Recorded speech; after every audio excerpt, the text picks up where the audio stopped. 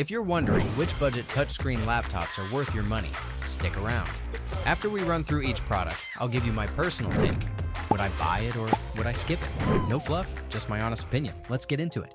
Lenovo IdeaPad Flex 5i. Okay, this Flex 5 II is like that dependable friend who's mostly solid but has some quirks. It's built well enough for clumsy folks like me, and the keyboard feels nice for typing angry emails, but damn, that base screen looks kinda washed out, and the speakers sound like they're whispering from inside a tin can.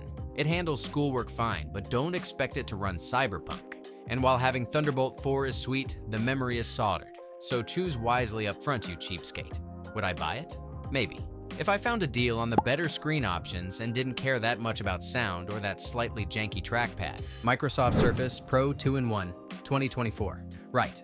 The new Surface Pro comes screaming in with a gorgeous OLED screen option and promises super speed with its fancy Snapdragon chip. Plus, it looks slick and feels kinda bougie with recycled aluminum. But hold up, that keyboard costs extra like, seriously, Microsoft? And while they claim it's faster than a MacBook Air M3, one test showed only a tiny performance bump. Plus, some folks had trackpad drama, which is a total buzzkill.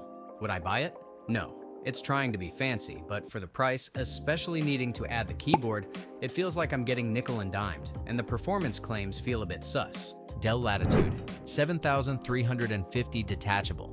This Dell Latitude is aimed at business types, built tough with good battery life and even fancy AI features that blur your screen if someone's peeking over your shoulder. Creepy, but kinda cool, I guess.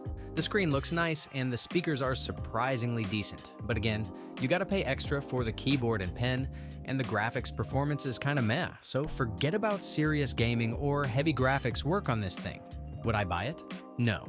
It's a solid tablet for work with nice security tricks, but needing the pricey extras to make it a proper laptop pushes it out of budget territory for me, and the weak graphics hold it back. ASUS Vivobook S16 Flip. This ASUS Vivobook S16 Flip is a big boy with a 16-inch screen, and it feels surprisingly sturdy. Plus, you can get it with a nice OLED display, which is awesome for movies, assuming the battery doesn't die halfway through your binge.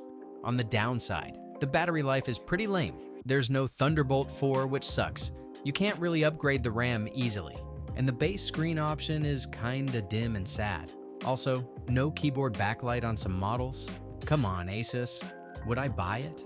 Maybe. If I absolutely needed a huge 16-inch convertible screen, grab the OLED version, and plan to live near a power outlet, it's a decent contender for the price, despite the battery and port limitations. LG Gram 14-inch 2-in-1. The LG Gram is ridiculously light, like seriously, you'll think the box is empty, and the battery life goes on forever. Plus, the screen is usually pretty sweet, and it even comes with a pen.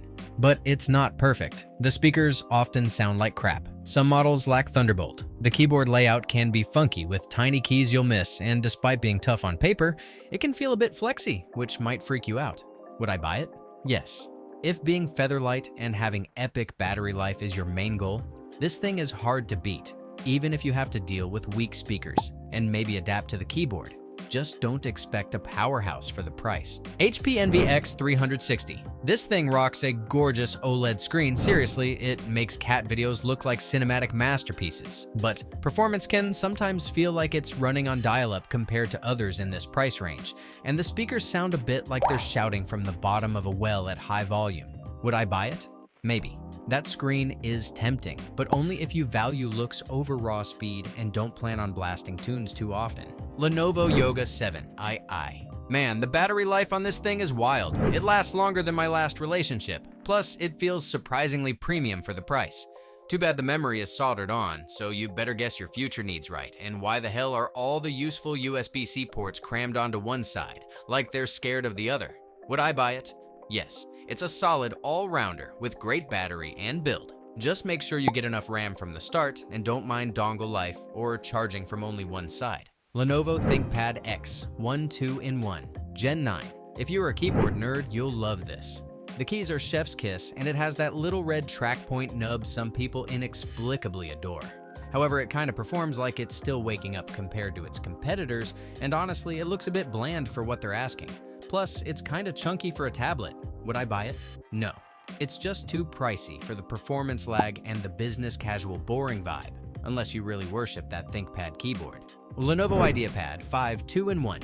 This fella gives you surprisingly decent performance for daily stuff and gaming thanks to its AMD chip. And the battery keeps going like the Energizer Bunny. But damn, it's hefty and feels weirdly balanced, making tablet mode feel like you're wrestling a greased watermelon. And the webcam makes you look like you've seen a ghost. Would I buy it? Maybe. It's a decent budget pick if you find it cheap and need good battery and okay performance, but avoid it if you actually want to use it as a tablet often or look good on video calls. Dell Inspiron 14 7442-in-1. This Dell can definitely pump out sound with its loudspeakers, and the performance is pretty zippy for everyday tasks, but the screen is dimmer than my future prospects, making outdoor use a joke, and while it has plenty of ports, some are old school slow like that HDMI 1.4. Would I buy it? No. The dim screen and just okay battery life are deal breakers for me, even if the performance and speaker volume are decent for the price. Samsung Galaxy Book 5 Pro. This thing has a battery that lasts basically forever, like almost 24 hours according to tests, and the OLED screen is so gorgeous it might just ruin other screens for you. But damn, the multi-core performance is a bit meh for the price, and honestly, for just $50 more, you could get the flippy 2-in-1 version with a pen, which feels like a bit of a tease. Would I buy it? Maybe if I valued battery life over absolutely everything else and found a good deal. ASUS ExpertBook B2 Flip. It flips 360 degrees, has military-grade toughness so it can probably survive my clumsiness, and even packs optional 5G if you're fancy. On the downside, it looks about as exciting as enterprise accounting software, and you might need to pay extra for goodies like the backlit keyboard or fingerprint reader. Would I buy it? No, because while it's tough and flippy, that boring design just puts me to sleep, even with decent specs. Microsoft Surface Pro 8. It's super sleek as a tablet, the kickstand is iconic, and that 1080p webcam is genuinely fantastic for looking good on calls. Unfortunately, the battery life is kinda sad, lasting maybe 7 hours if you're lucky, and you have to shell out extra cash for the keyboard and pen, which feels like a kick in the teeth. Would I buy it? No, because needing to buy the keyboard separately for a laptop is just annoying, and the battery won't even get me through a full workday. HP Elite X 36830 G10. This HP convertible feels solid with its metal body, has plenty of ports including Thunderbolt 4, and rocks a completely matte touchscreen, which is weirdly rare, but great for avoiding reflections. However, that matte finish makes the otherwise decent screen look a bit grainy and dull. Plus, the pen input has a bit too much friction, like dragging chalk across a dusty board. Would I buy it? Yes, because that anti-glare touchscreen is a huge plus for working anywhere, and the overall business features are solid. Dell Latitude 5332-in-1. It's impressively light for a flippy business machine, has a robust build quality typical for Latitudes, and offers decent performance with 12th Gen Intel chips. But Dell decided soldering the RAM was a cool idea, limiting future upgrades, and the display quality is often described as just average, not exactly mind-blowing. Would I buy it? Maybe if the price was right and I didn't plan on ever needing more RAM than I initially bought, because that soldered memory is a real bummer. Thanks for watching. I hope this video helped you pick the budget touchscreen laptops for you. If you have any questions, drop a comment below. Links to all of these products mentioned in this video will be in the description.